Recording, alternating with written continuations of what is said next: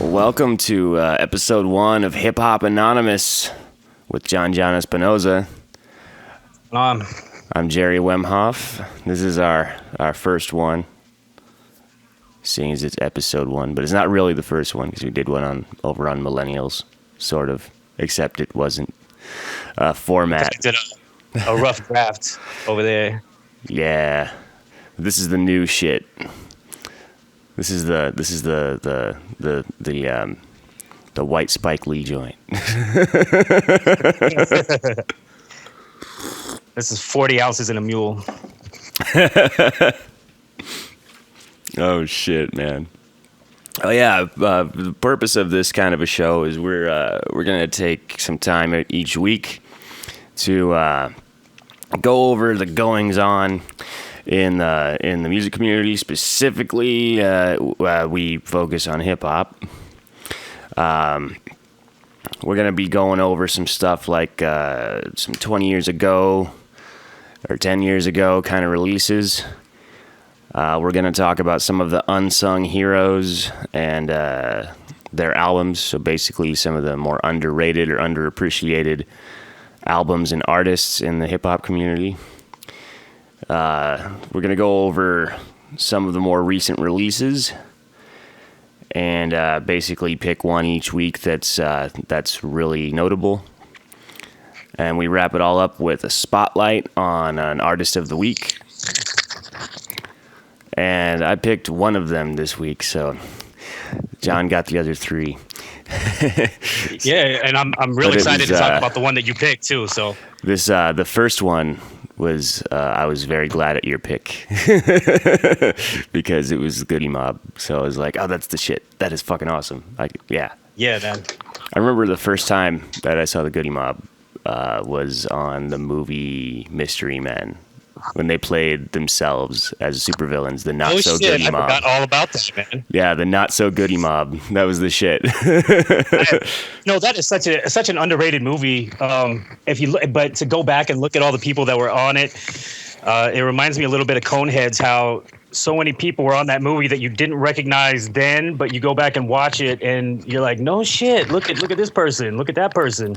Yeah, I think that was kind of one of those movies that was, it had an awesome cast to it, and it was just a cool story. And they brought in so many cool people. Paul Rubens and shit was in there, like, as a fucking fart monster or whatever the hell he was. I don't remember. I think that's actually what he was. He was like a fart monster. He had superpower. Yeah. Farted on people or whatever. I'm gonna fart in your face. A very underrated superpower, to be sure. Yeah, I know, right? But yeah, they were in there on that, and that movie came out in like 97 or 98. So this would have been Sounds about right. Yeah, this would have been not too long after our Spotlight album this week, Soul Food, and real close to their second release, actually, which was not as commercially successful, but I think on par with their first one. Oh shit! Stupid fucking YouTube, pain in the ass thing. Let's see here. I'm trying to find it. I think a lot of the sophomore slump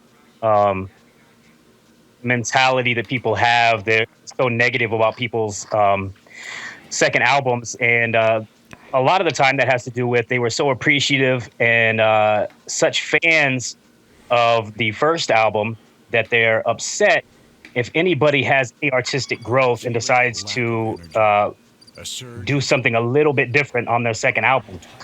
And so if it doesn't sound exactly like a continuation of the first, they're just down on it. And I'm fan, one of my favorite groups or bands is Linkin Park. I can't stand the new music that they make, but I appreciate the fact that they're trying to progress as artists and not make Hybrid Theory 17 times. Yeah.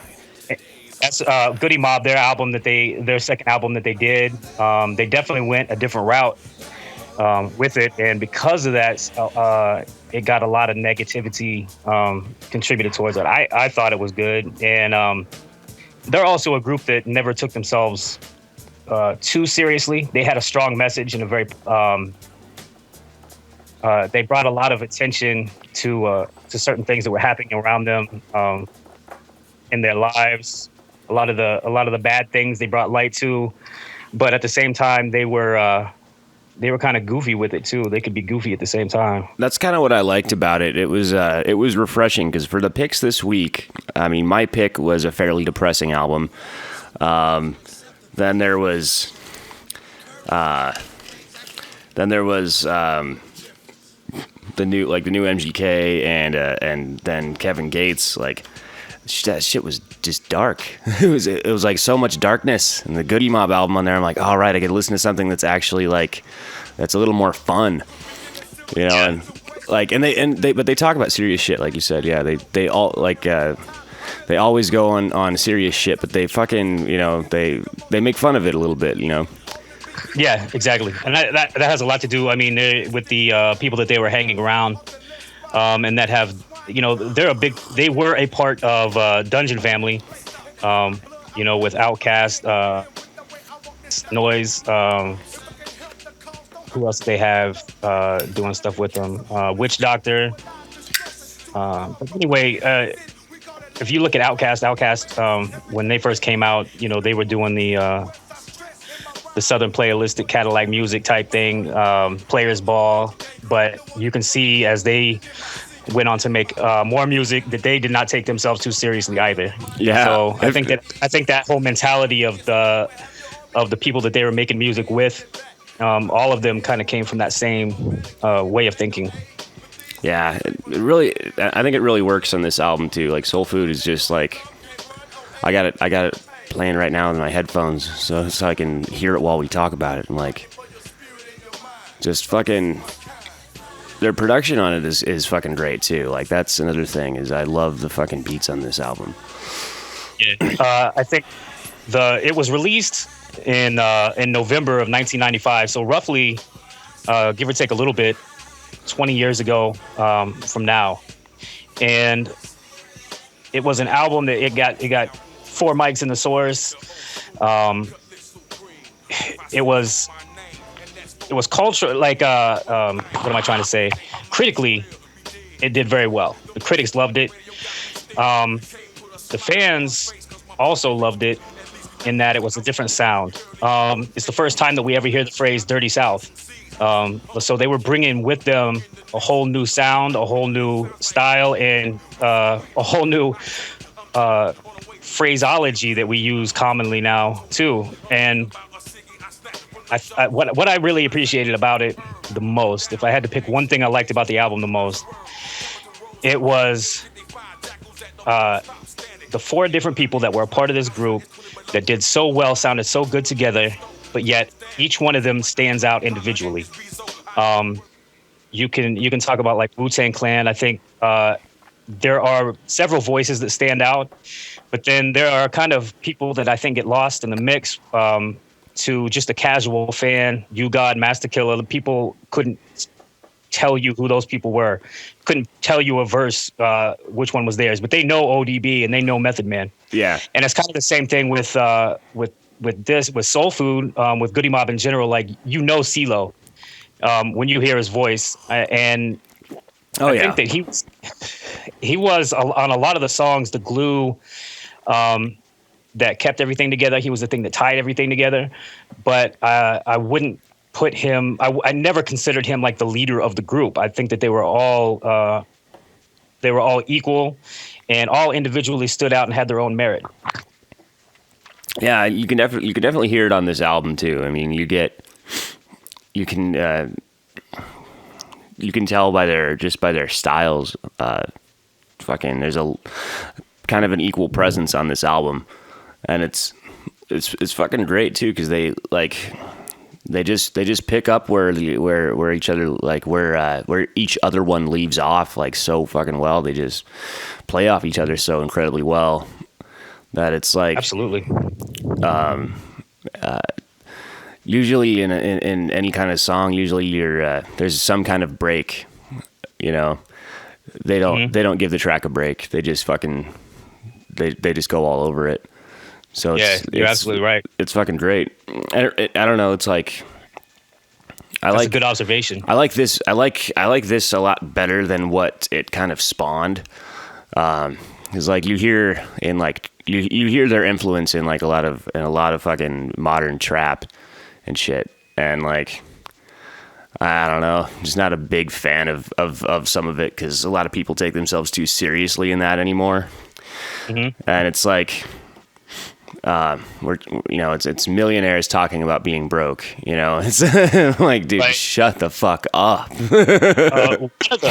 One of the things that comes up when you're listening to it too is you're hearing about their struggle and the struggle of where they come from, the environment that they came up in, but you can also hear them talking about now we've made it.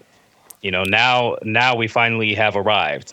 And that's not something that a lot of people, not a statement a lot of artists make on their first album.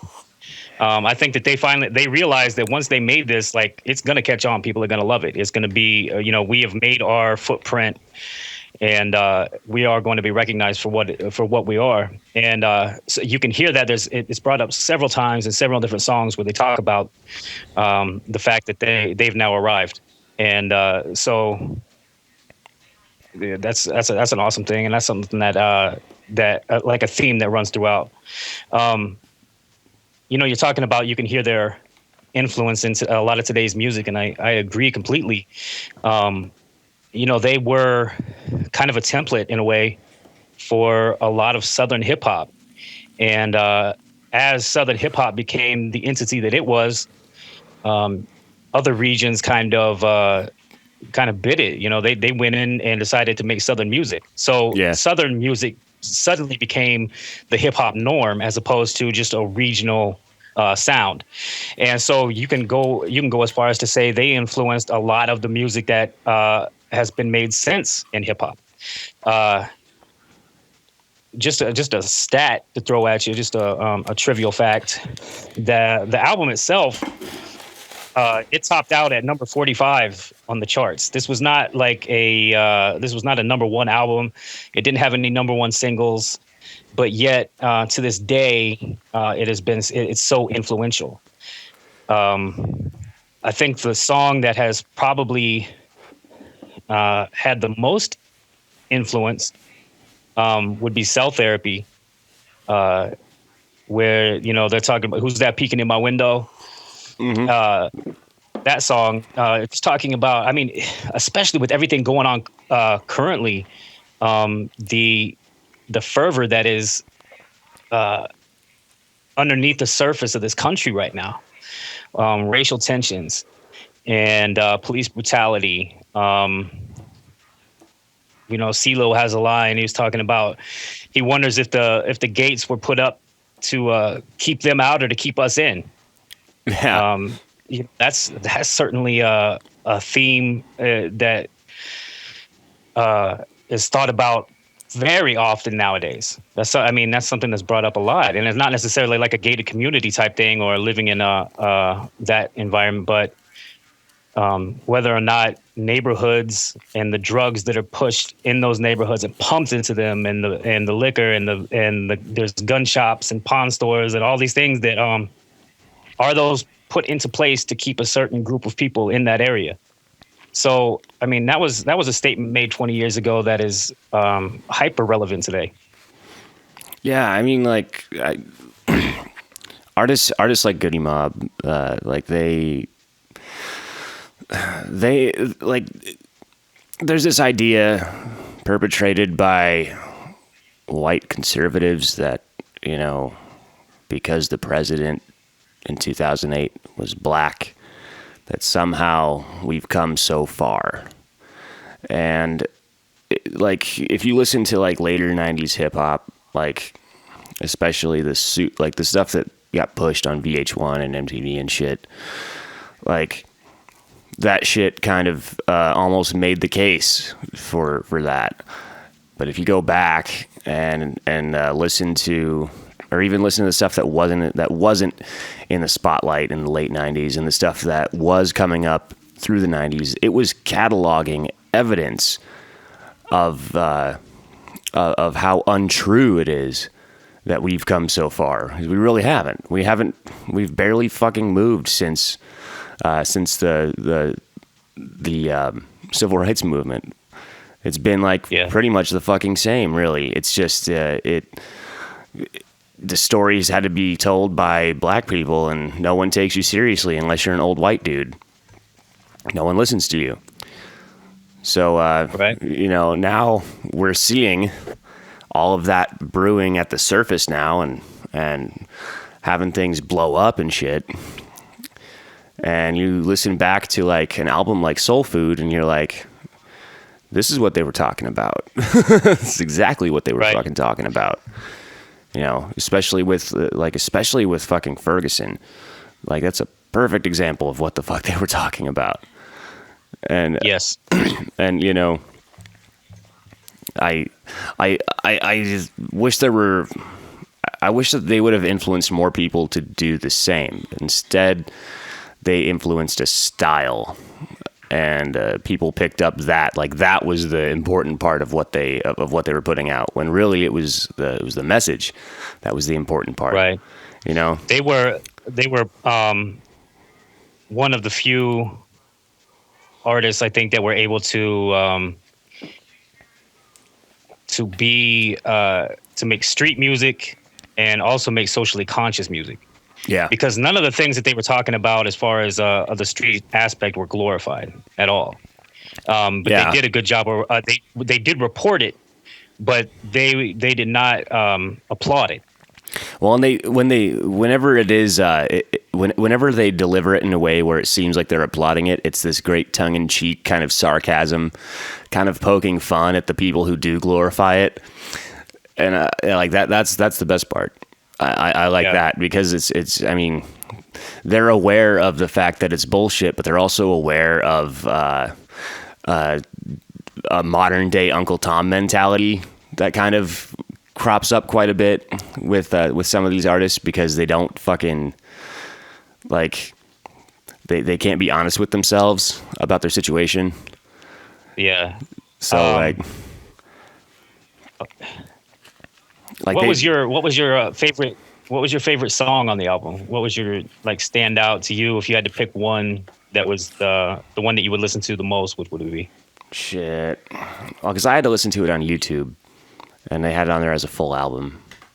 So I just listened to it from start to finish. I'd have to go through it. It is on Spotify, man. List. I looked on Spotify. It's not on there. I've got it on Spotify. So what it is that you have to seek it out. Yeah, I dug pretty far. I couldn't find it, but okay. Let me check the YouTube channel here and see what the track listing was. For me, my favorite song on the album was the title track, and just because I remember when it came out, having the whole song memorized just from having heard it so many times, and man, I would be sitting at work and just rapping that song to myself over and over again, and it has never gotten old to me, and it's there. Obviously the different layers of the song. The CeeLo verse where he's actually talking about different foods that are actually soul food, but it's also talking about just the feeling of comfort, feeling of home. You know what I'm saying? Like it has different things that are tied into the soul food title. Yeah. But that's my favorite song on the album. But damn, there's so many good ones. For me, it's a toss up. These two tracks play back to back on here. Cell Therapy and Sesame Street. That's the toss up for me. Sesame Street, just fucking, like I said, that tongue in cheek aspect I was talking about. They fucking got that in spades on this track, So it's got like I said, I enjoyed this album for how fun it was, and Sesame Street is a great fucking example of the fun that they would have with kind of being annoyed with the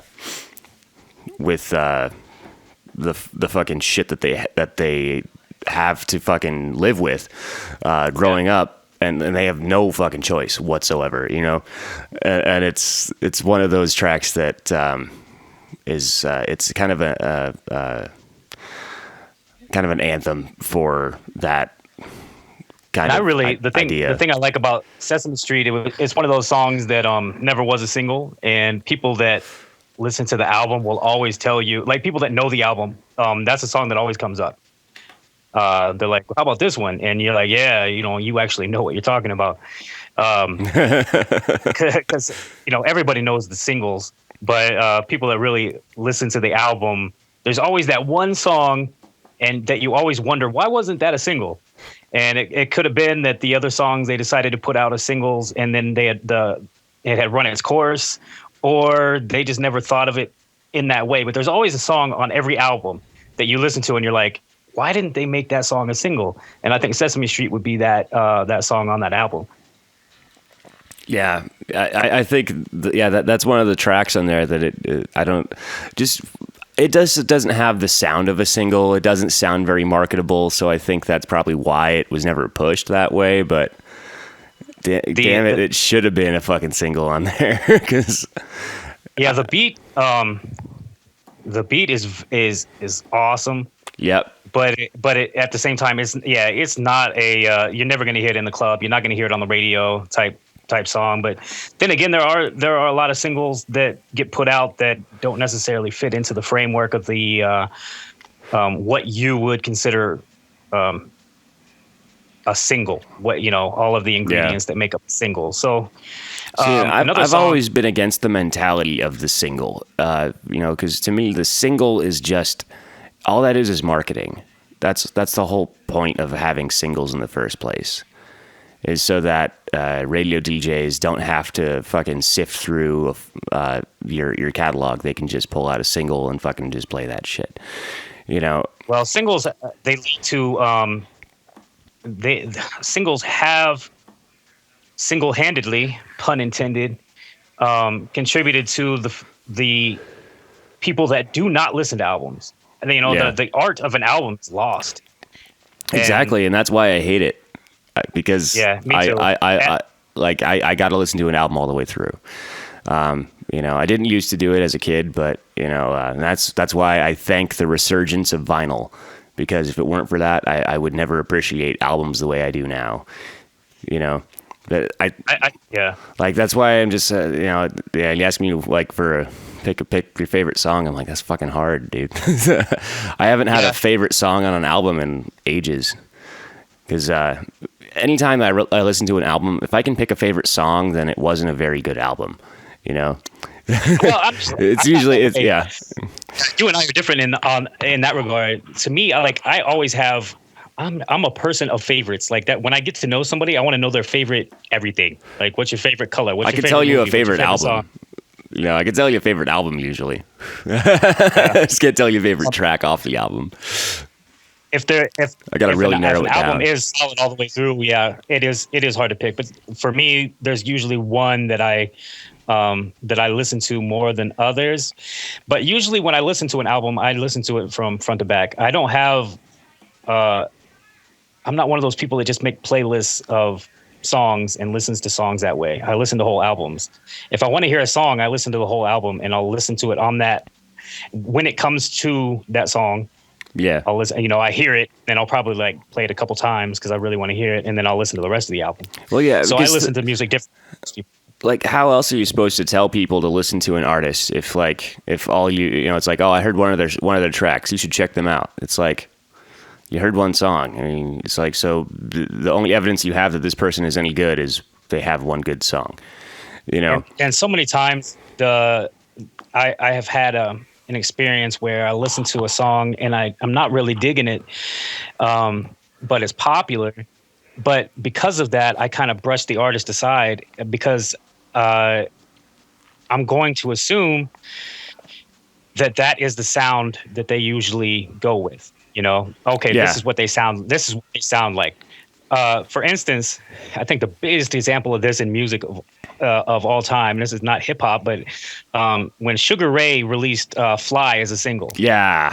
and somebody was like, "Oh, I love this song," and they go out and buy the CD and they listen to the CD and they're like, Most of it's "That's not like what that." this thing was." Yeah, this is like speed metal. I don't know what this is. This is not Fly. Yeah, it's weird because most people would say Sugar Ray is bullshit because all they've heard is Fly and Every Morning, and and Someday. Yeah, I love Sugar. Those three songs. People will be like, Sugar Ray is bullshit. It's pop garbage. I'm like, no, listen to their fucking albums, dude. Like, listen to the songs that you didn't hear on the radio that didn't have a fucking music video. And like you're like, oh, they actually were they were good. They just faded into irrelevance. They got a little busy. We're getting off topic too. Yeah, but yeah, I mean, you gotta kind of listen to an album as a whole anymore. If you really want to appreciate the artist and you really want to tell somebody honestly, like, this is a good artist, you should listen to them. You know? If I had to pick, like I will tell people, the people that I want to introduce an artist, I want to introduce them to that artist, and I'll tell them, especially if these people are not people that listen to whole albums, I would say, okay, here's 3 or 4 songs that you should check out. The songs that I would pick off of the Soul Food album: Dirty South, Cell Therapy, Sesame Street. Free is one. Like, dude, track 1 right there. It's the perfect opening track. It really is. For that album, It's the tone for the album, and it lets you know what you get to. And of course, Soul Food, the title track also. Like, if I had to say, if you're going to listen to songs off, and there's so many good ones, but so if you're going to listen to a song or you're going to listen to a couple, listen to these. Yeah, there was no part of that album where I got bored. Like, I was entertained the whole way through. And it's a long fucking album, dude. There's a lot of tracks on that thing. It's what is it, like it's an hour long. Yeah. 64 minutes, I think. Yeah. But there's a lot put into that amount of time that if it makes it kind of feel like you've been listening for a long time. Yeah. Because there's no wasted space on that album at all. You know what I find weird? Do you ever find this strange? Is that people can watch an hour-long episode of a television series and, like, not even bat an eye, but if you ask them to listen to a full album, they're just like they act like it's a chore. It takes the same amount of time. I find it very aggravating, and I do know what you're talking about. I think music changed so significant. The listening of music changed so significantly once everything went digital. Meaning, when you had vinyl, when you had cassettes, you just listened to it. And you listened to the whole side, and then you flipped it over and you listened to the other side. When CDs came out and there was a skip button that you could listen to the next track, oh man, people got real. All of a sudden, everybody's a music critic. Yeah, or even like DAT tapes. Like, some people listen to 30 seconds of DAT tapes and shit. Yeah, they're like, oh, I'm not feeling this. Click, next one. Yeah, that one's all right. Click, next one, and then they miss so much. And that to try to get somebody to listen to 7 songs in a row without ending it early. You know those people that you're riding in the car and they can't ever let one song just play? Yeah, dude.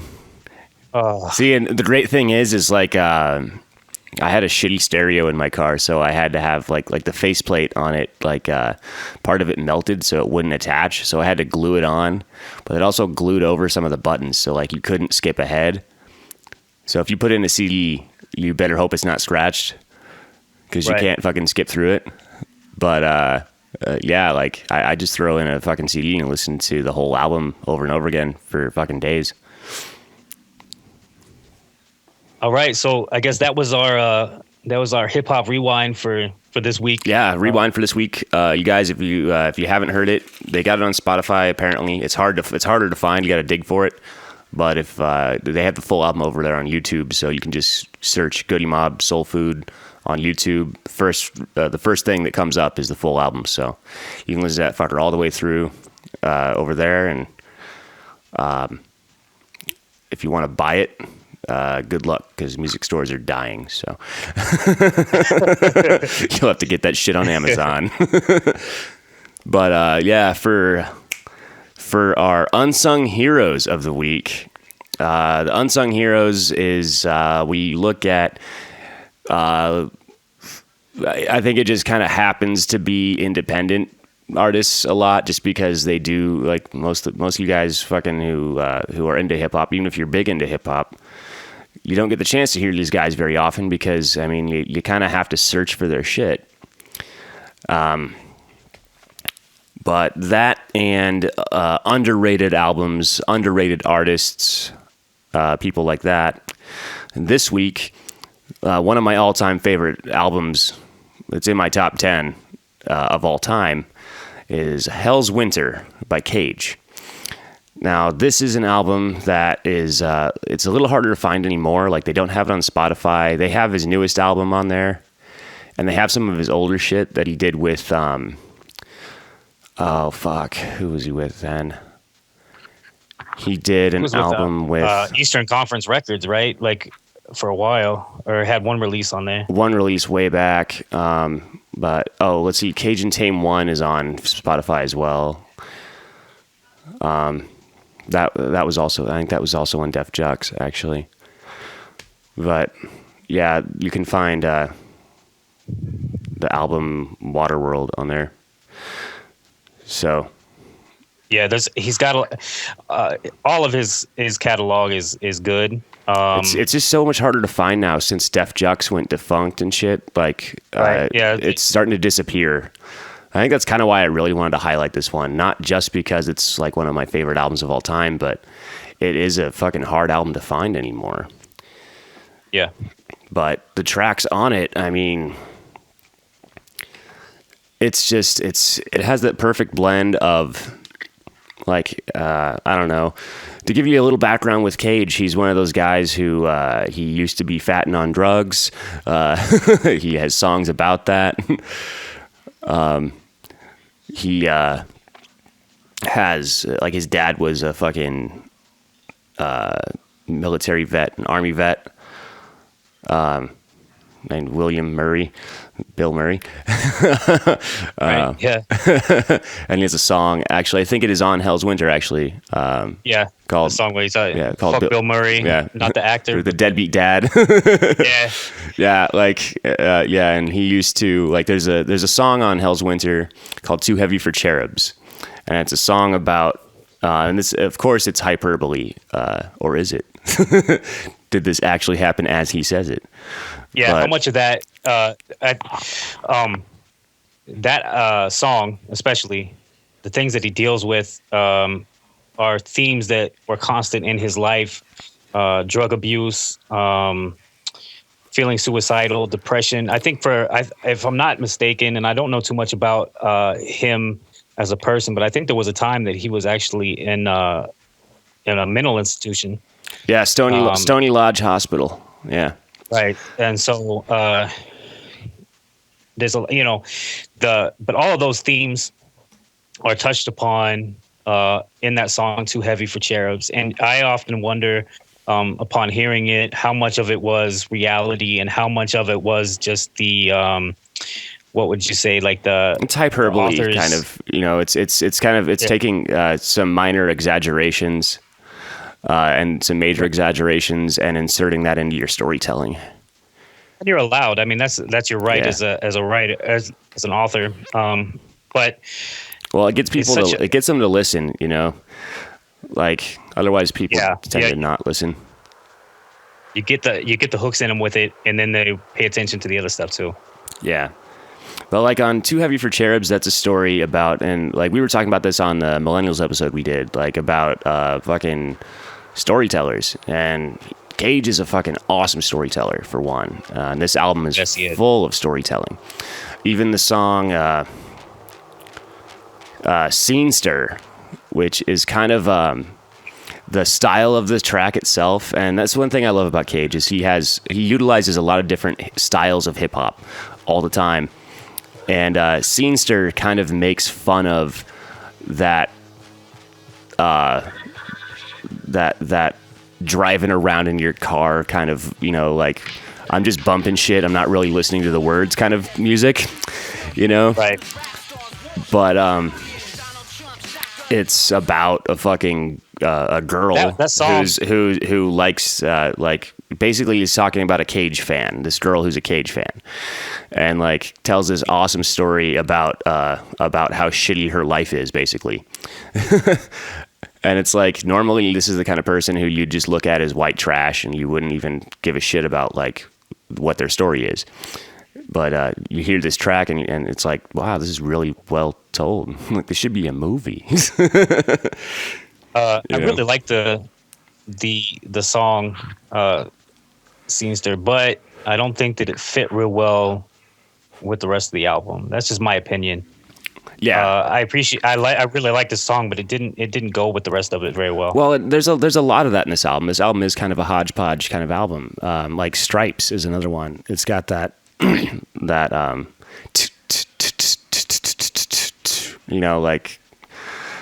Well, no, I think, you know, that kind of Stripes is a continuation of the same story of that he started with, Too Heavy for Cherubs. I mean, it's a continuation of the same, you know. Yeah. He does the same thing with like Shoot Frank is another one that kind of goes with that too, and Paranoia is another one that follows with that. But like there's those tracks that are in there that just kind of fucking they stand out a little bit more.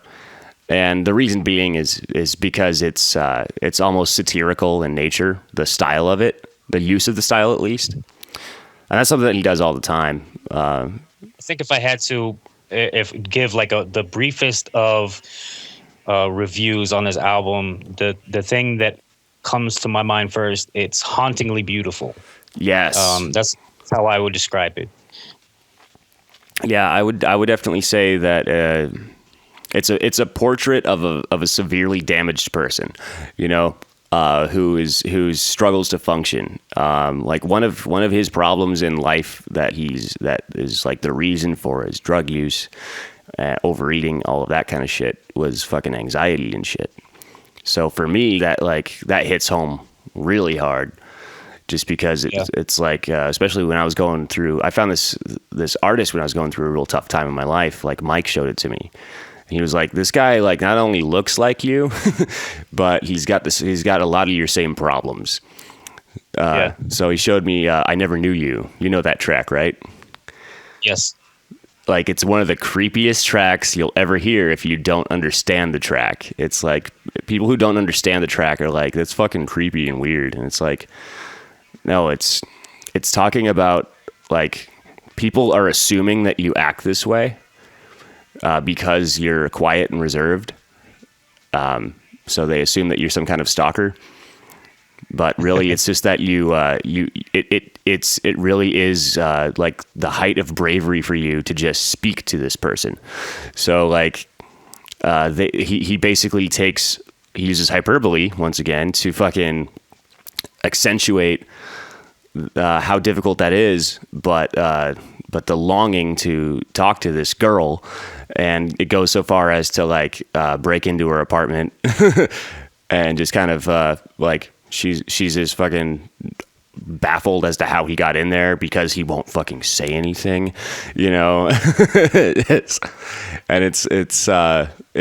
an awesome track, but he has a lot of those themes in this album as well.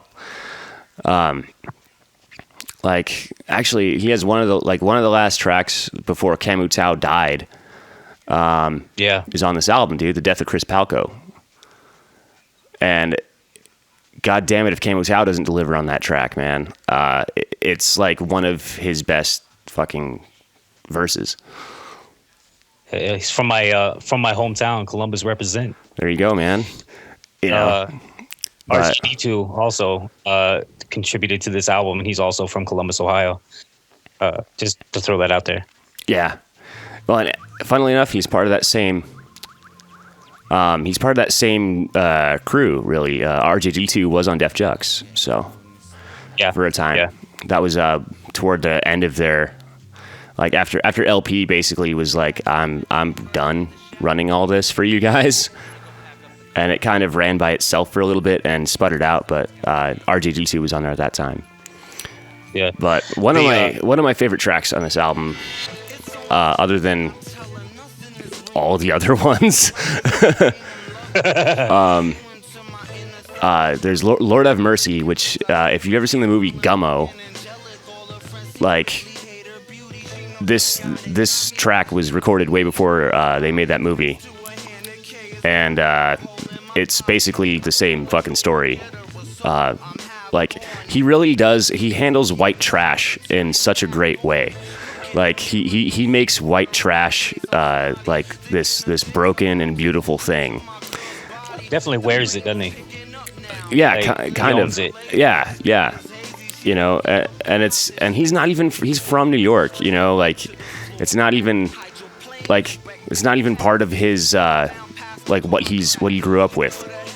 But his understanding of like the southern white trash is just like fucking perfect. You know. Police brutality against homeless people and things like that, you know, and he does a great job kind of telling that sort of a story in Lord of Mercy. But my favorite one here, like just because it's a story, it's a little more of a down tempo track, but Subtle Art of the Breakup Song. Fucking basically, it's a story about, like, him and his girlfriend are gonna be going on a trip for her birthday, and like he's in recovery and shit like that, but he's got some fucking ketamine, and he goes and does a bump of ketamine at a fucking gas station that they stop at, and he gets super fucking high, and it's raining like crazy, and he crashes the car. And you'd think the song would end at that point. No. It picks up in the second verse where he's like, his ribs are broken and fucking wrapped around the steering wheel and shit. And like there's a line in there, he's like, I try to climb out of the K-hole to get out of the car, but the K-hole climbs out of my nose and back in the jar, kind of like he's kind of sobering up at that point. Yeah. And yeah, it's basically his girlfriend dies, and it's just such a fucking great story, because like the middle part of the song is just dead space. It's just the beat basically. So you get it like a whole minute. It's a 3-minute song. You get like almost a whole minute of a break there to let the first part of the song sink in, and then the second half comes in, and it's like kind of a 2-minute track that's down tempo. There's not a whole lot of words to it, but it tells a full fucking short film basically, you know. Exactly. One of the things that I liked is that LP did a lot of production on this album, but he didn't make it sound like an LP album. No, it sounded appropriate to the artist, you know. Yes, he made the production that he did. He catered to Cage's style and sound. He didn't try. LP most of the time tries to just like put his fingerprint on everything, and in this one he kind of like played the background, and I'm glad, because it wouldn't have been the same album if LP had done his traditional style of producing. Yeah. Well, and just like any kind of a Def Jux record, you have all the other artists from that album, like they're chipping in a little bit here and there. Like Left It to Us, fucking LP's on there, Aesop Rock's on there, Tame One is on there, and Yak Balls is on there. Like, and it's real, like it's weird too, because they it's like the record company kind of took this. Basically an advertisement for Def Jux, really, is what it is.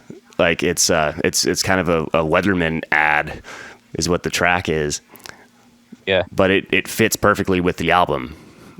And, you know, it's kind of, it doesn't really happen that often that you see a track like that is, deviates so far from the theme of the album and just fits in there just perfectly. My favorite song on that album would be Shoot Frank, and it sucks because that is probably going to be the song that the standout track on the album in most people's eyes. And I hate being that guy that just like, dude, it's got a sexy hook though for the fucking for the fucking chorus, man. Catchy. Like Daryl Palumbo on that just fucking kills that, and it's great. Yeah. And again, it's hauntingly beautiful. I just love it. It's such a good song. When it came out, I used to listen to that thing on repeat, man. I couldn't get enough of it. Oh, dude, that track. Here's like, all right, when we did the EP "Sky's the Limit" with Young Vada, when we did the track "Revenge," Vada had an idea for this song, you know, and he was writing the shit out, but he didn't have a chorus. And I was like, dude, remember the track "Shoot Frank"? Remember how that chorus goes? They just get someone in to sing that shit. Like, so I sang the chorus on "Revenge." And it was like, yeah, that's where I got the idea for it, like straight up. Nice. From there. Yeah. So it was like, yeah, I can totally see how that would be one of those tracks that like that's going to stand out the most in anyone's mind when they hear this album. Yeah, and it's a good song. Probably the song that he will be remembered for. To the casual fan, that will be the song that he's associated with. Yeah. So and that's not a bad thing to say. I mean, if that's the song that you're associated with, then you did a good job. Yeah. I mean, it's pretty good. But yeah, I'm trying to. Like, I'm thinking because I've got this set up right now, so like if I could probably even just play a track, turn the volume up on that shit, and we could even do the break live, actually. And here's the way I want to do this, because for these podcasts, I'm trying to phase out the use of copyrighted music. Yeah. But the only way I can do it is if we're doing a commentary of the track. Okay. The thing is, I don't know how to feed the song back to you so that you can listen to it with me. If you play it, if you play it out loud, I can hear it. I can't. I got you plugged into my recording unit. Okay. Here's what you can do. If you can get that over to YouTube or something, right? I've got another phone. There you go. And I got a laptop too. So yeah. You play that so that you can hear it, and I'll tell you when to press play, basically. Yeah. What song are you going to do? Shit. Ooh, Grand Ole Party Crash. It's got Jello Biafra on it. Okay, hold on. I'll have to YouTube that shit. Yeah, it's on Hell's Winter. They have a Hell's Winter playlist on YouTube there.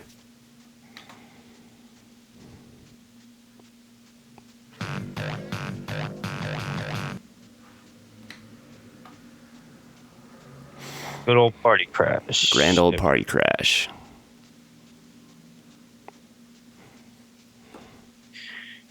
All right, I'm ready whenever you are. All right. You got an ad playing or anything like that? Or is it not going to? I don't know. Okay, ready? And play.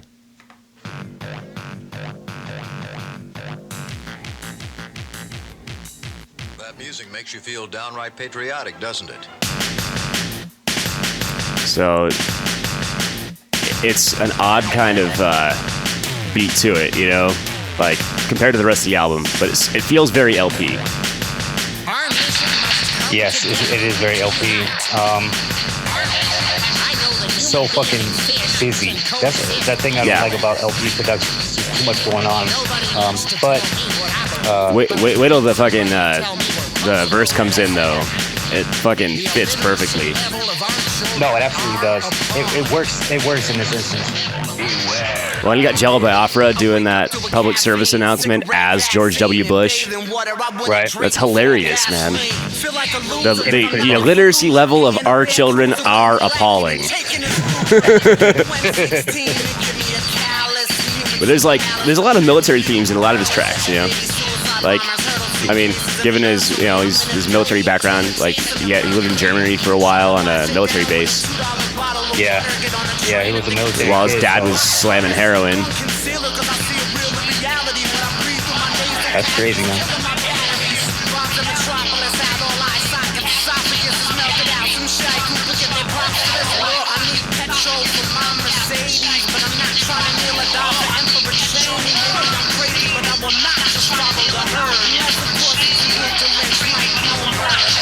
Emperor Cheney, man.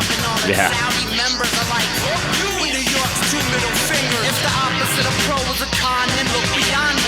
Yeah, this is definitely a track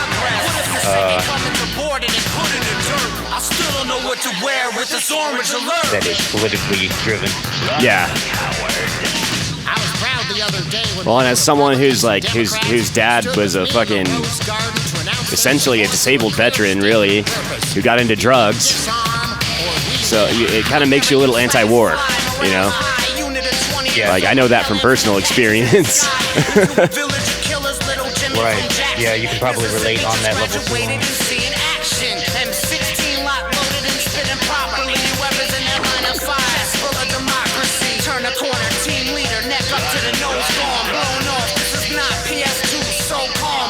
I love that. Like, this is not PS2 SOCOM, like, because you get a lot of people that will just join the military because I'm fucking awesome at Call of Duty, you know.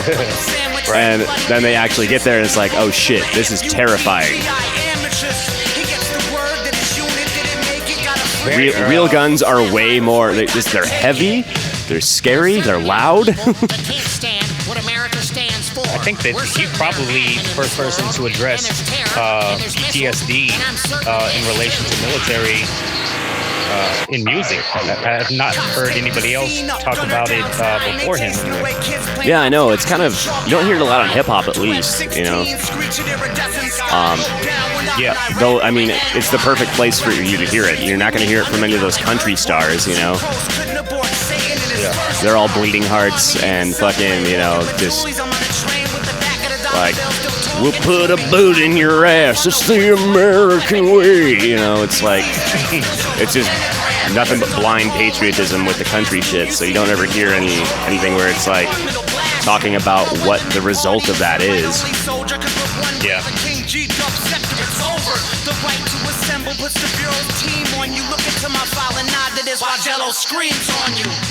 By our efforts, we have lit a fire in the minds of men.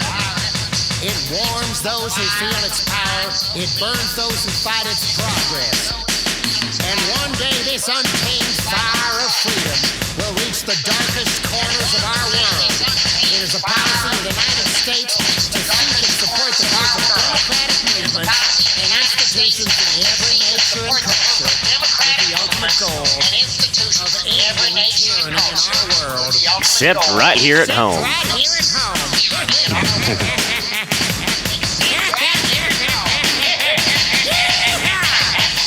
Gotta love it. I know, right? Don't mess with Texas. Don't mess with Texas. Don't mess with Texas. Don't mess with Texas. Don't mess with Texas. Connie, give us a breakfast. Give me that Bible. Give me that Bible with the pages cut out and got a cocaine in it. Come on, don't mess with Texas. Bible with the pages cut out and got a cocaine in it. Come on, don't mess with Texas.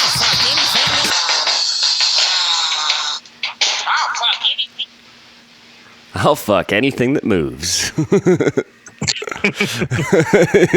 Like, oh man, that's the shit. I love satire. Yeah, man, and like, how often you hear that kind of shit on a hip hop album? You know, like you don't really catch that shit very often. So it's like, yeah, man, if there's any reason for anyone to like, not want to listen to like Hell's Winter because it's kind of a depressing album, like there's funny shit on there. There's plenty of funny shit on there. Yeah, it's there. Even like, I think, let's see, I don't know if It's the 80s Again is on there or not. It might be. That one's pretty good. It's a good fun track. But yeah, fucking getting Jello Biafra on there is just fucking great. That was just perfect. I'm surprised they didn't have that on like the Rock Against Bush series of albums or anything, Yeah. Back in like, or well, I don't know, what year was Hell's Winter anyway? It was like 2010, wasn't it? It was released in 2005. 2005, really? Holy shit, it's older than I thought it was. Oh yeah, no, that's right. Fucking, I Never Knew You was like 2010, 2011, around there.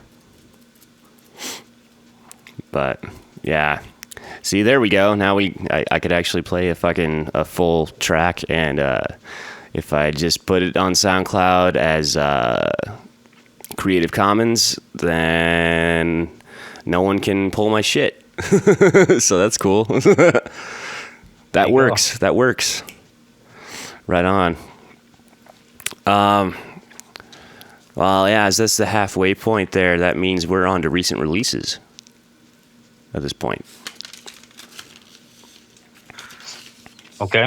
Now, before we go on to there, I'll let you guys know. If you guys want to find Hell's Winter, you can probably buy it on Amazon. Otherwise, there's a YouTube playlist of it. It's not on Spotify. As far as I know, it's not on iTunes either. So go ahead and check it out. The playlist on YouTube, or you can buy it on Amazon. It's like $10. But for our recent releases, MGK put something out like last week? When was it that it was released? No, it wasn't last week. It was last month, I believe. Oh, okay. So it wasn't that far back. October 16th. Okay, it wasn't too far back, but yeah, right in time just in time for Halloween to make you feel fucking haunted. This album was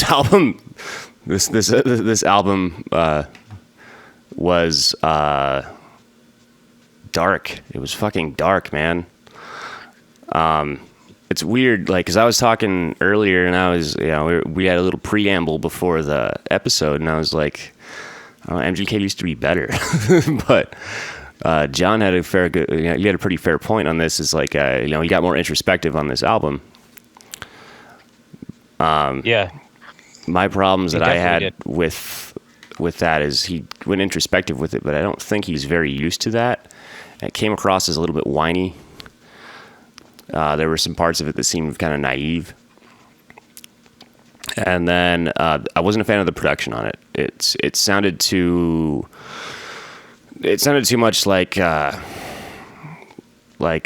a Trap, like Build a Trap Workshop is kind of like what the beat sounded like. That trap hi-hat,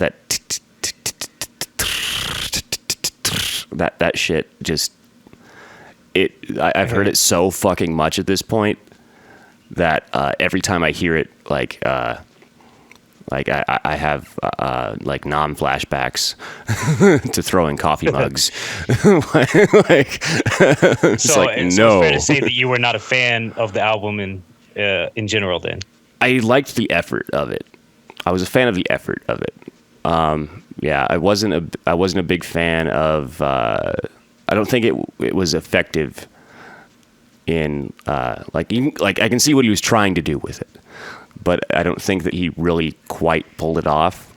I think if he tries this again on another album, they'll nail it, But I don't know. I liked the opening track was fucking cool. With Lizzie Hale on there, that was pretty cool. Yeah. But once I got all the way up to Bad Motherfucker with Kid Rock, I was just like, I kind of want to stab my ears out right now. Like, fuck this. That's funny. But it picked up that, like, World Series was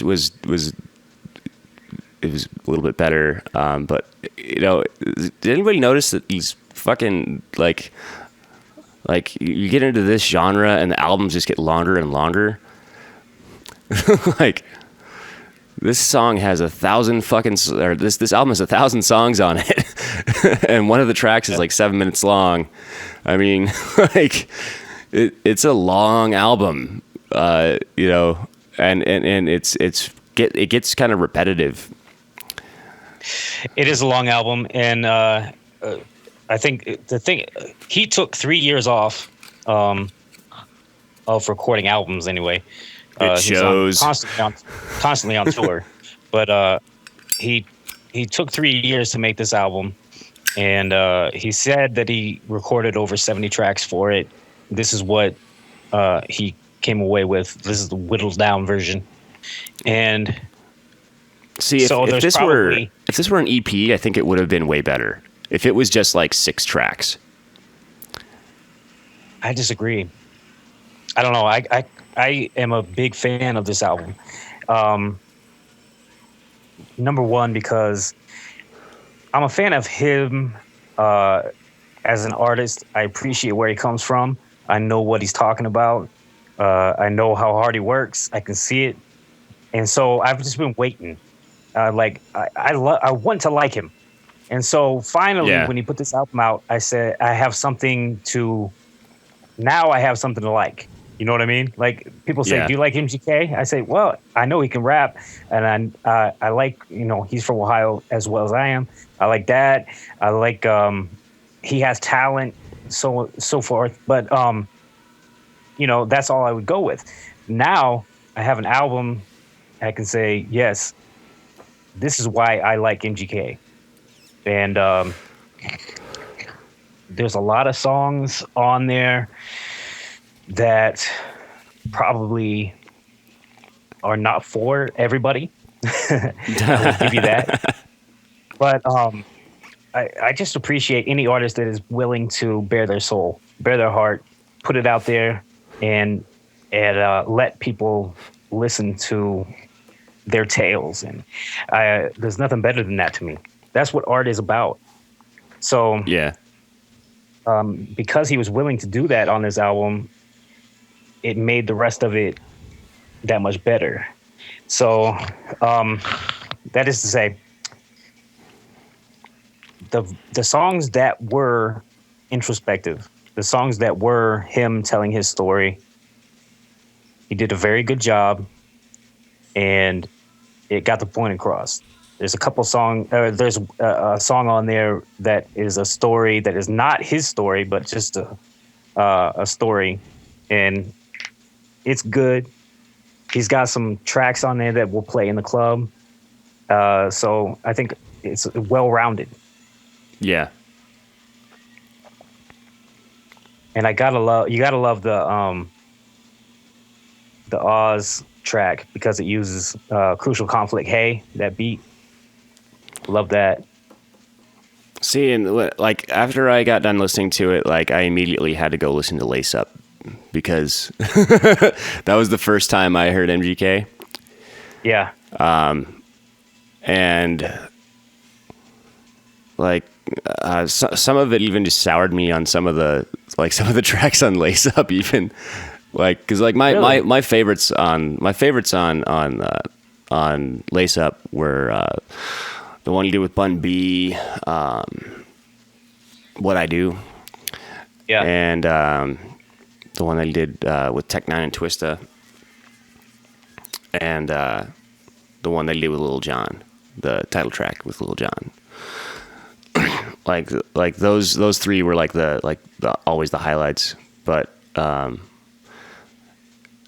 don't know, I think it was the production annoyed me the most. It wasn't the wasn't the writing wasn't the worst part of it for me. It was the production on it. Like, I just think that with this is an album that's going to bridge him to something better, is what it's going to be. Absolutely. You know, it's like he's trying out something that he hasn't done before, and you know, like I've been a part of a project where it was a bridge project, you know, so I know how it goes. You know, you do the best that you can, trying something completely different, and it doesn't always work out, you know. But I think like I said, I think his next one's going to be even better. Artist. Yeah. Oh, absolutely. But yeah, like I said, I really dug the opening track with Lizzie Hale on there. That was good. Spotlight. Yeah, I liked Alpha Omega. That the song kind of, I think, is a roundabout answer to Eminem's Rap God. And if you listen to the song, I can see that. If you listen to the song in that context, you can appreciate it more. Yeah, because I definitely feel that on that track.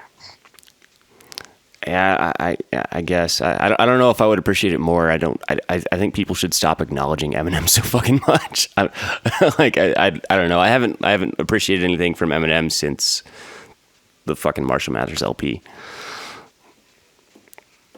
Well, I guess no. Well, Relapse Refill was another one that was good. Didn't like Relapse, but I liked Refill. It's like, this is the shit that you should have put on Relapse, you know. But no, actually, from like starting with Alpha Omega, and getting, like I said, getting up to like Bad Motherfucker, it just like the how do I put it? I guess like the use of simple themes that were already introduced, like it just got more egregious. Just like it got to be to the point where it's like, okay, you said this 4 tracks ago. I don't need to say it again, you know. I get that it's to tie it all in, tie it together and shit. But I don't know. It bugged me. Okay. You know what? But you know something? I think that if the production were different on this, that I would have probably. I wouldn't have even gotten like mad when I heard the Kid Rock track. You know, once I got up to that track, I probably would have been like, nah, I can just skip this and go on to the next one. But instead I was like, I had to take a break before I got over to the next track. Cause I was like, oh God, it's tiring. But it's like, I always appreciate it when people try to do something new. You know, and it was a good effort, you know. I can see that it was a good effort. Like I said before, you can tell that he hasn't, that he took a break from recording and has been just kind of doing this over the span of 3 years. Yeah. Like, if he tries to do the same thing again and just takes like a couple months and goes into a studio and bangs out an album that way, like, I mean, shit. Lace Up was that was a pretty quick album to make, you know. Basically, just got a shitload of people together and fucking hammered that shit out. I think it kind of showed though. Like, I don't know. It felt more raw though. You know, it felt a little bit more raw in that sense though. Well, if that's what you're looking for, then yeah, like it had that. But I don't know. I like this versus that, so we're just opposite on that. Yeah, and that's fair. Well, and normally I don't like mixtapes, you know. Like I'm very picky about mixtapes, and like hearing Lace Up, it had it's what a mixtape should be, really. If you look at Lace Up as more of a mixtape than an album, yeah, you know, it's like everything that you look for in a good mixtape. And that's what contributes to some of the rawness of it, you know, is you get the rawness of that mixtape feel, that ultimate collaboration. Because there's, dude, fucking everybody's on that album, you know. Yeah, you got everybody. And I think maybe that might be the thing too, is that, you know, on this one, it's a lot of just him by himself. Well, you know when you're an artist, you got to understand, like, this guy finally gets an opportunity to work with everybody he's ever liked. You know what I'm saying? Yeah. So he's gonna do that, and he went all out. And it was epic as shit. Yeah. So like it's fun to watch as a fan to see that person get to work with their idols. Yeah. So that was fun. I appreciate that.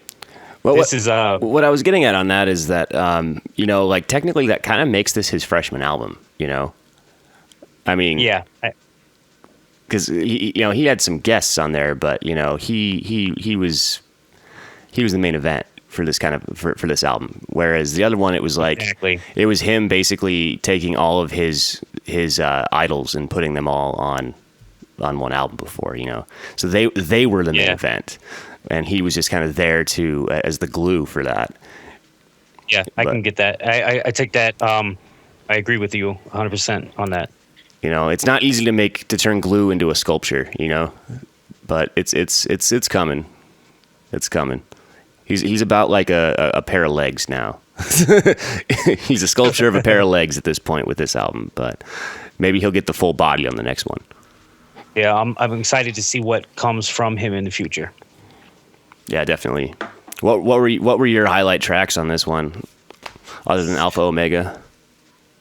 I think "Till I Die" was a standout track to me, just because it is a home anthem. Like he's repping his city, and I like that. At the opening of that track, I almost thought it was a joke, because it sounded like he was almost like just that "Till I Die." I thought that was kind of mocking or something at first, and then I heard like when the track really got into going, I was like, okay, all right, I see what he's doing. It's just his style. It's hard to get used to like that. Just like I said, him by himself. Right. But Till I Die was pretty good. Yeah, "Till I Die" and let's see, Oz, that I mentioned earlier. That's World Series is one of the standout tracks of that song or album, maybe. Yeah, definitely. It's so good. Yeah, for me, Spotlight,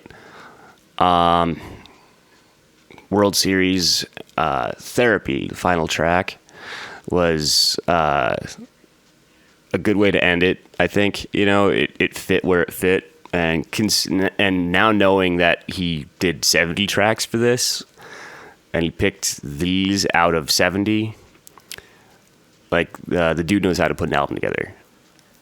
Yeah. Given that was his choice for a final track. I agree. So yeah, Therapy as in context to like the rest of the album, like it fit right where it was. Man, that was good. I wish they should just like release a version of this album that doesn't have Bad Motherfucker on it. So that's your hang up. That's my real hang up right there, man, is the Kid Rock track. That's my major hang up. Well, that's the one you skipped in. Yeah, that's the one you skip. Though you shouldn't have to. If it's a great album, you shouldn't have to skip any tracks. Right. This is one of my if that's your pet only peeves beef there. with it, then seriously. Yeah. Well, and of course, and like I said, the production as well. Like I said, not a fan. It felt recycled. It felt like the same shit I've heard before. Right. I don't know. I want to see him team up with a producer on the next one. I want to see him team up with someone who's going to give him something that fits his style, but is something that we haven't heard before. Because there's so many great trap producers out there that would work for an album like this. Yeah. The thing is, he's on Bad Boy, and like he's got producers at his disposal. You know what I'm saying? Yeah. But I think that Diddy kind of looks at him like, this guy makes me money. He has a following, but Diddy doesn't get it. No. I don't think Diddy gets much though, dude. I mean, remember what I was talking about, like his mixing console? Like Diddy doesn't even get fucking producing and engineering. Like, Right. Yeah, he doesn't understand. He doesn't understand what about MGK is appealing and what sells. He just knows that it does. So he's like Dre's got his white boy. I need mine too. You know. Like, I suppose, yeah. It's like everyone has to have their Eminem, and this is Diddy's Eminem. Right. Timbaland had Bubba Sparks. Oh fuck! I love Bubba too.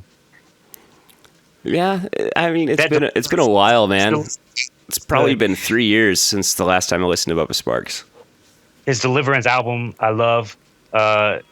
Once he started, then after he did Deliverance, he started doing like strip club music, and I don't like that. So, but whatever. Yeah, like I said, it's been a few years. I think his last time I listened to him was like 2011, 2012.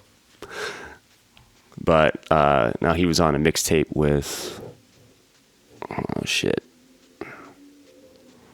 I don't remember. Vada used to get mixtapes like crazy. You just, like, Hastings would have them really cheap.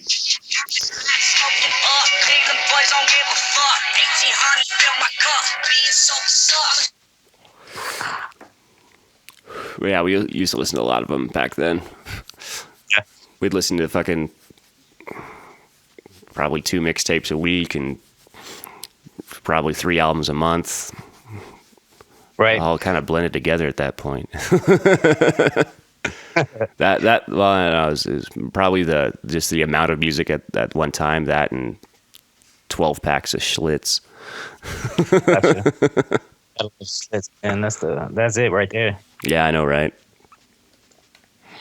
But yeah, man, you can get this album. They've got this on Spotify.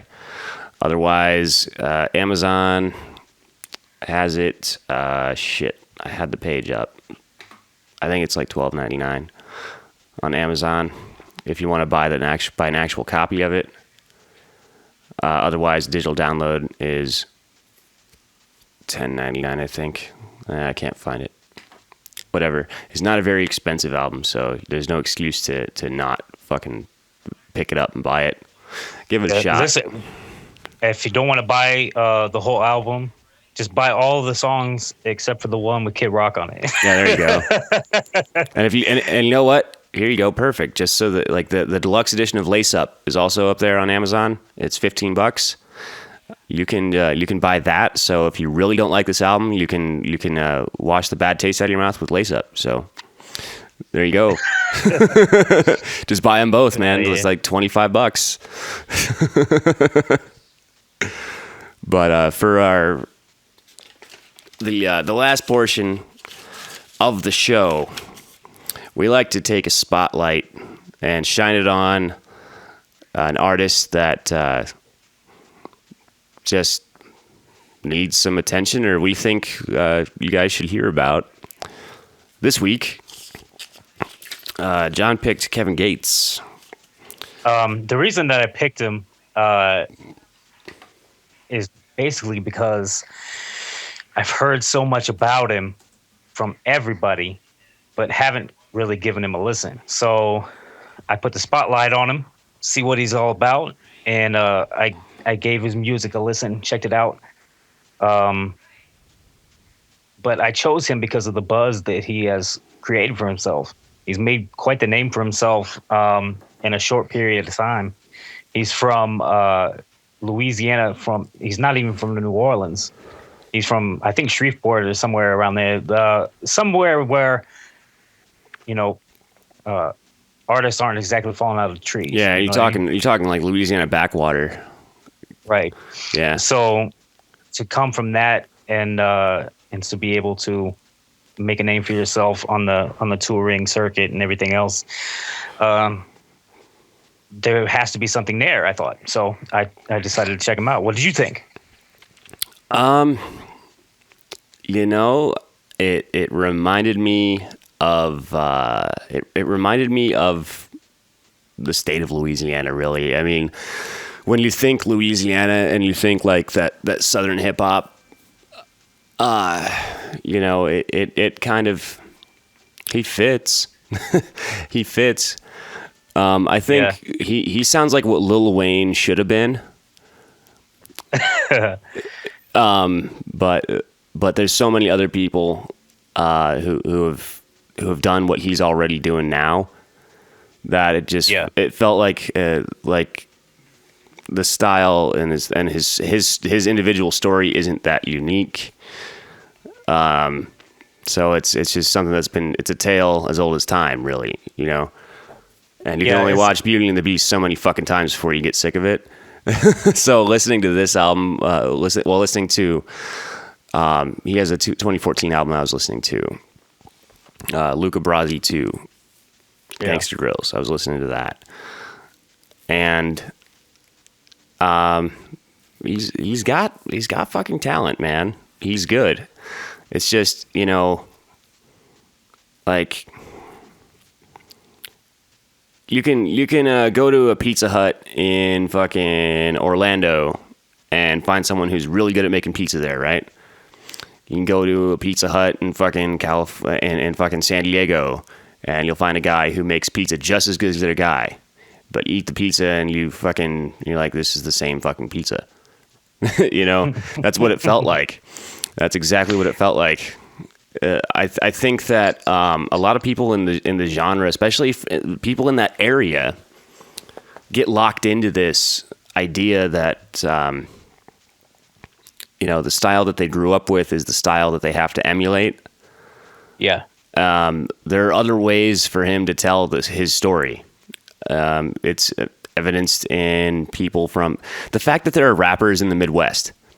Okay, just that fact itself shows that you don't have to tell your story the same way, because styles in the Midwest are all over the place, you know. Right. But as soon as you get into the South, it's like, nope, you gotta basically be slightly better than Lil Wayne. That's it, you know. Right. I appreciate that.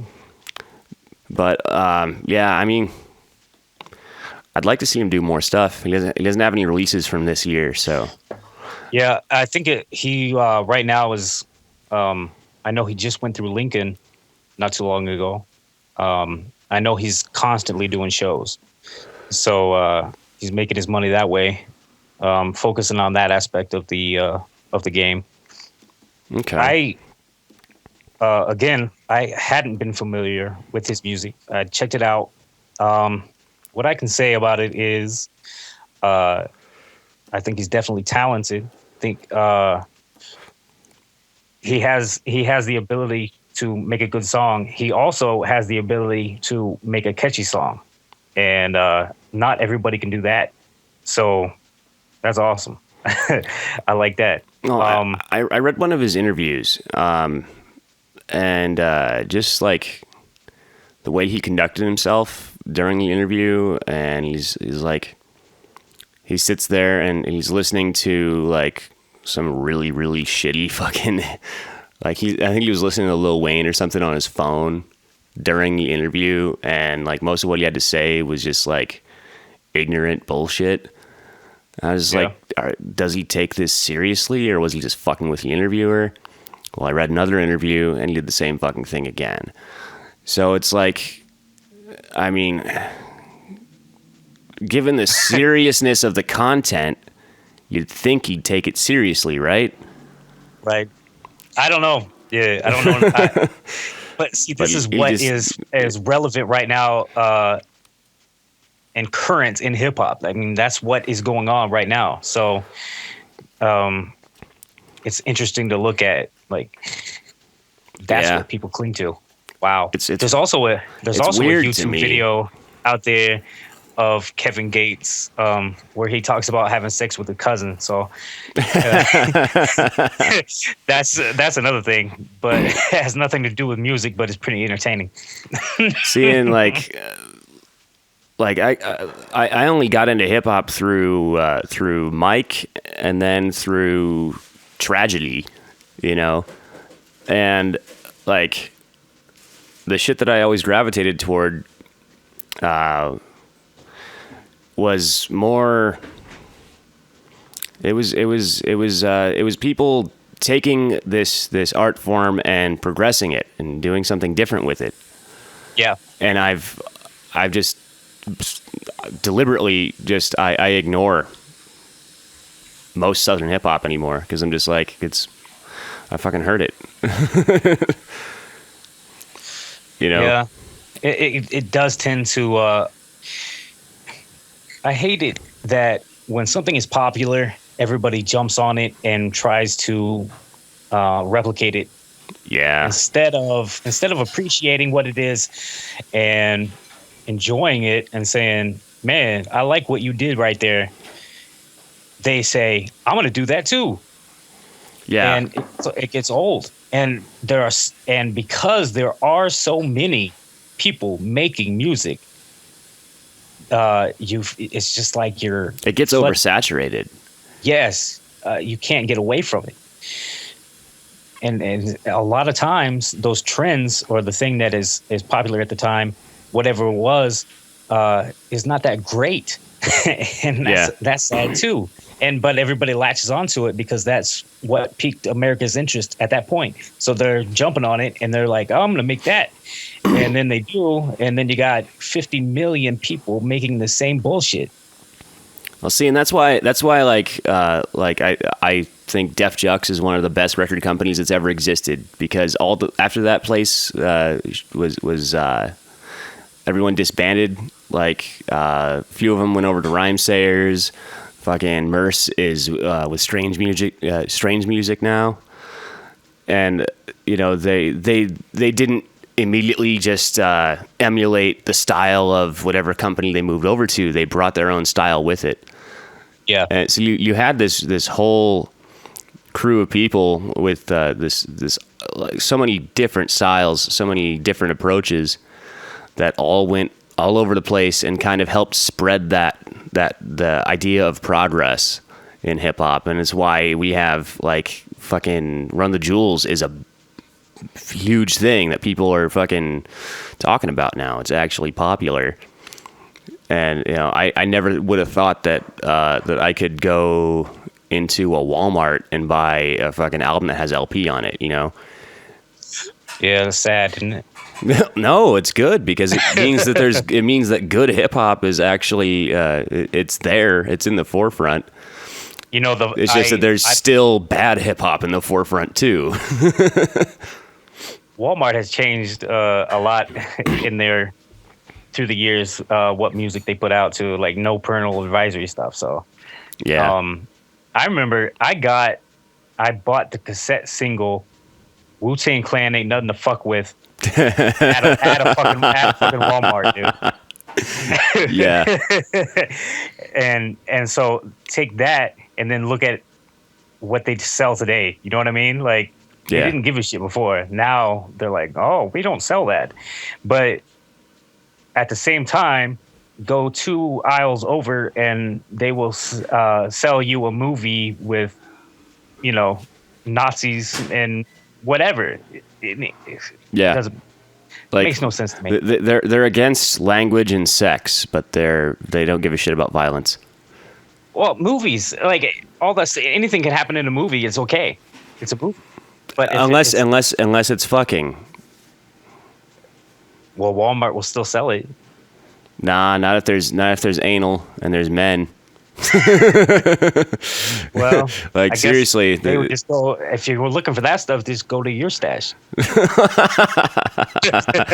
just reminds me of Intermission when he's like trying to find the right porn, and then he's like, "There's no sort of weird shit in here, is there?" And he's like, "No, it's just people fucking. You know, it's like a little bit of oral, a little bit of anal." He's like, "Anal men or anal women?" But no, like it's like yeah, like violence is always fine in movies. Sexuality, up to a point. As long as it's white heterosexual people, then yeah, that's fine. But anything other than that, it's fucking gone. Bad language, that's gonna get you a harsher rating than violence ever will. Yeah. You know, it's like, it's ridiculous. And it spreads over to like people's perceptions of music too, when it comes to like what's acceptable and what's not. You know, so basically hip hop becomes kind of taboo in a lot of places. It's strange though, because it's kind of it's the pop music of the day now, you know? I think it was. I don't think it is currently. I think it used to. I think that it was for a long time, but right now I don't think it is. Yeah. Well, I guess it's, yeah. We've had some other shit coming back, you know, like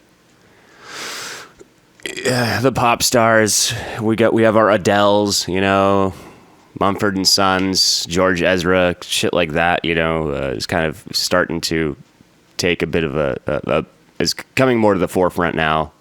Yeah. Over, you know, Far East movement and shit like that. Thank God. Getting high like a cheese fry. I don't know. Yeah. That's one of those that, by the way, it's one of the easiest fucking acapellas to grab online is fucking like a G6. And it's so easy to cut up and make him say stupid things. I did a cut of that with Christopher Walken reading Where the Wild Things Are.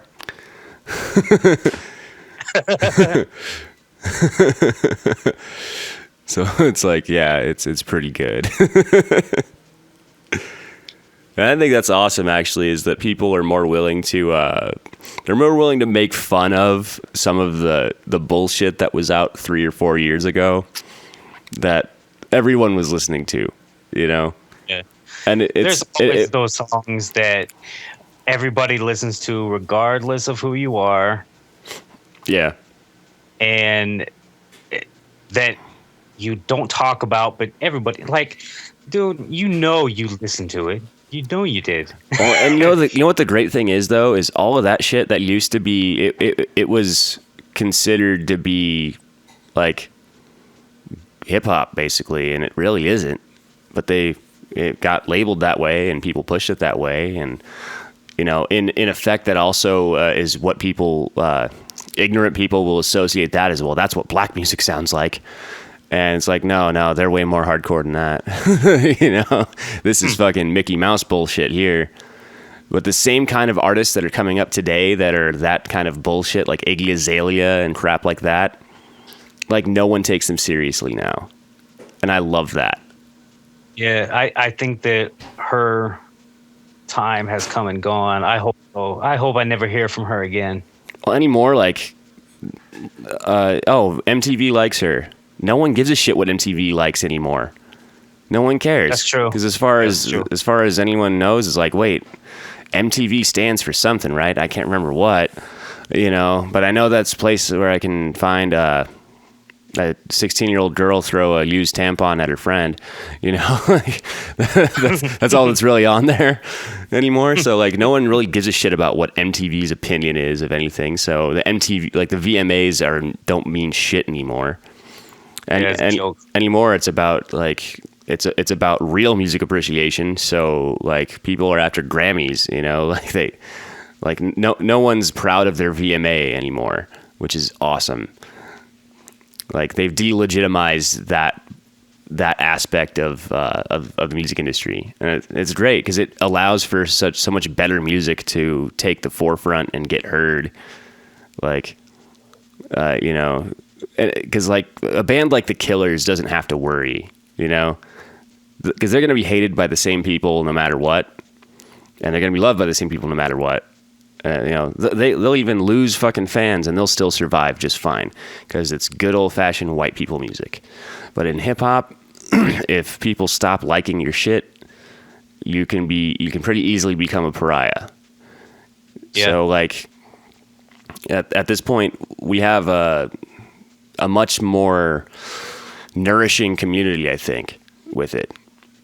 Even at the mainstream level, it's just so much more. It encourages better art as opposed to the shit that was out in the 2000s and shit. Yeah. But and that's why someone like Kevin Gates can do what he does, and like he doesn't have to go full Lil Wayne for people to actually buy his shit. Like he can just do him, and people will buy it or they won't buy it, but it's not going to stop him. He's not going to go and try to change himself to go and do just so he can fucking sell a few more copies of his album so the company can make more money and still pay him the same fucking rate. Right. Like, he's not about that shit. And I think that's pretty cool. I don't know. He needs to take himself more seriously in those interviews. Definitely. He needs to take the interviews seriously. Otherwise, people aren't going to take him seriously. And, then they'll call his ass out for being a fake and shit. Well, we'll have to see how his career transpires. Yeah. Well, if he's touring right now, then like, given just the formula of how hip hop albums are usually made, album tour, album tour, album tour. The last one was in 2014, so I bet sometime this winter he'll be recording a new one. I'd be willing to bet that he actually goes into the studio pretty soon. Yeah. Yeah. Well, did you think of like any of his albums or anything that you think people should probably check out? 'Cause I think he only has a couple, a few. What I did is I went on to Spotify and listened to the most popular songs that he has, or the most listened to songs that he has. I didn't listen to an album per se. Okay. So I couldn't tell you. All right. Well, he does have 2 albums from last year. The most recent one being Luca Brasi 2, Gangster Grills. And then there's also By Any Means. He has one from 2013 called Stranger Than Fiction, which I didn't like at all. But 2013 Luca Brasi story, the first one. Like listen to the track Paper Chasers at least. It's fucking great. There's a track on there called IHOP. It's fucking awesome. But yeah, that's one. If you guys were to buy anyone, I'd get Luca Brasi story. Just so you can help support the artist and shit. But it's his whole catalog's on Spotify, so he's got albums going back all the way to I think 2010, 2009 even. Holy shit. 2009, yeah, was his first one. Yeah. So, yeah. Oh god, he looks goofy as shit on the cover of the 2009 album Behind Enemy Lines. He's got like hair extensions and shit. He looks like a ghetto Andre 3000. That's funny. Yeah, it's pretty funny. Oh man. Well, for next week, let's see here. For Hip Hop Rewind, we're doing Liquid Swords, right? Yes, I believe so. Yes. Can't wait. That's going to be awesome. I'm going to listen to that one all week. Yeah. All right. For our Unsung Heroes, who's underrated?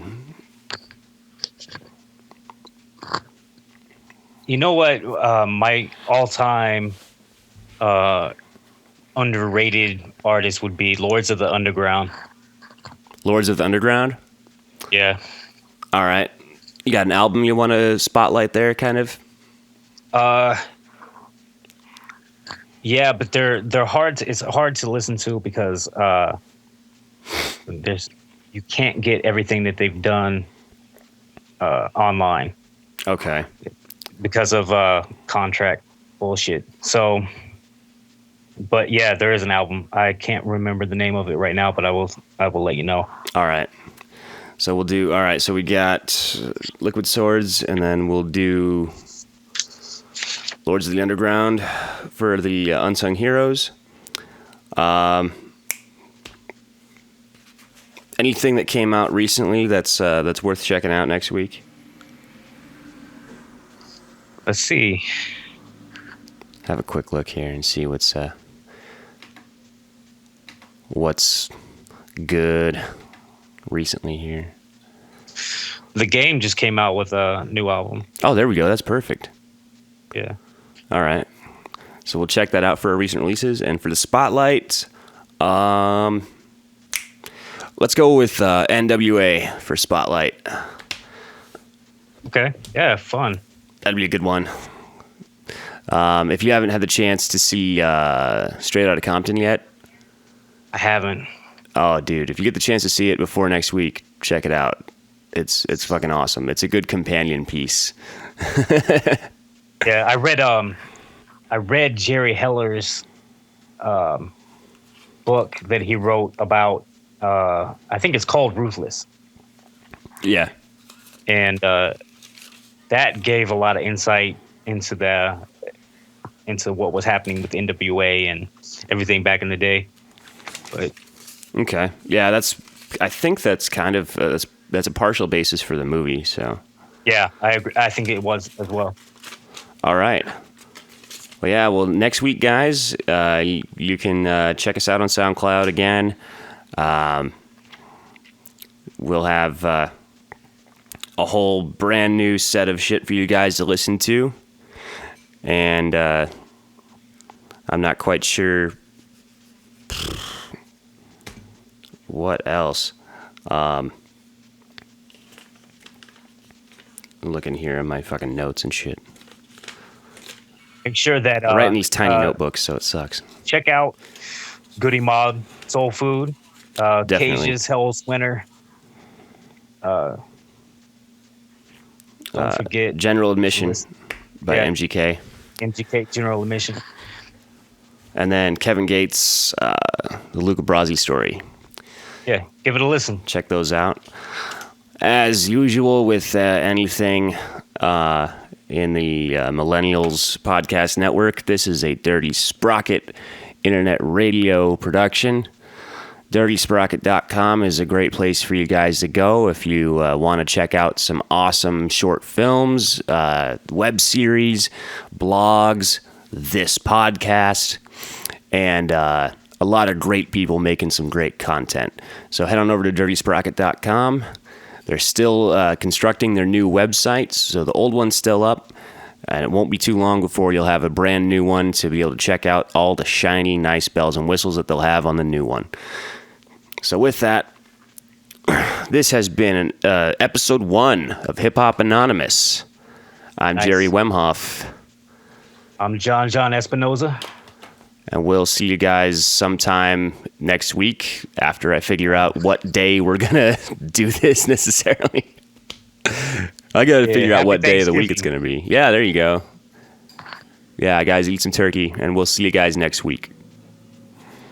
Bye. Dirty Sprocket Bar.